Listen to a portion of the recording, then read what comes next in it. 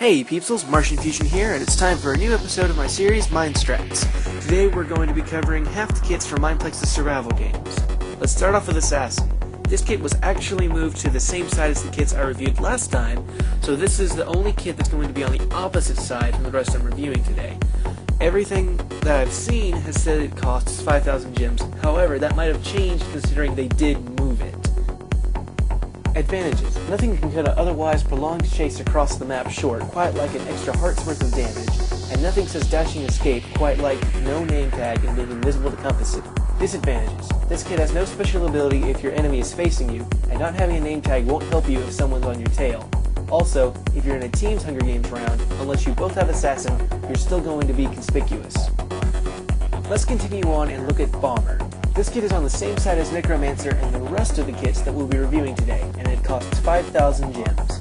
With Bomber, you get one throwing TNT every 30 seconds with a maximum of 2. To throw TNT, left-click it with it in your hand.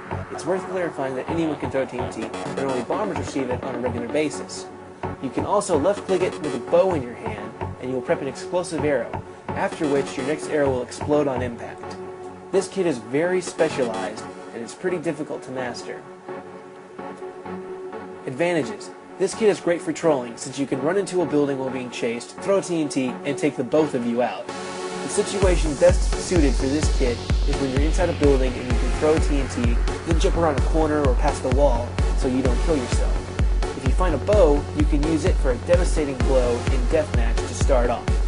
Also, TNT can be just the right kind of deterrent to give you that extra few shots of arrows before you begin a melee attack. Disadvantages. It's very easy to kill yourself. Also, TNT isn't that useful in a chase. And finally, this kit doesn't have any special abilities in melee.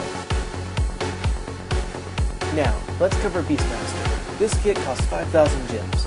With this kit, you get a wolf that can respawn if killed about every 30 seconds. You also can right-click with a sword in your hand, flinging the wolf forward. This kit is better suited for players who like closed quarters PvP. It's also fairly good for players who aren't very well rounded yet, since it gives you an extra hand. Advantages. This kit is great in building since it leaves your enemies so close to you and your wolf that you can both get lots of damage in on him at once. It's also useful in deathmatch for the same reasoning, since it's a closed-off arena. Disadvantages. This kit isn't that useful in open areas since your opponent can swat away your wolf, and it's also not that great in a chase since wolves run slower than players. Next up, we have Necromancer. This kit is on the same side as the rest of the kits being reviewed, and it costs 5,000 gems. As a Necromancer, any enemy you kill will become a skeleton minion that attacks any nearby players aside from your teammate. It's important to note that armor and weapons worn by the players when you kill them will be on the skeleton, and you won't get those, whereas everything else will drop as normal. This kit is for highly skilled players with a lot of patience, since skellies are slow moving. Advantages. If you can lead your minions into the center before deathmatch, you're nearly guaranteed a win. It's also great because you have extra swords watching your back. Disadvantages. As already stated, the minions are extremely slow, so don't expect any help during a long chase. Also, you can't get the weapons or armor your opponent was wearing, so you're getting second-rate armor and weapons from your victims. Finally, we have Barbarian, which is the newest regular kit and costs 5,000 gems.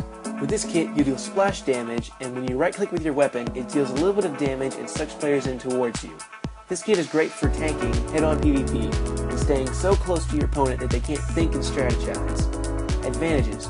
Chases can usually be cut short with Vortex, and teams are more vulnerable since you deal splash damage. It also works wonderfully with Night, since you can drag a player in, and then your buddy blinds them while you both kill them.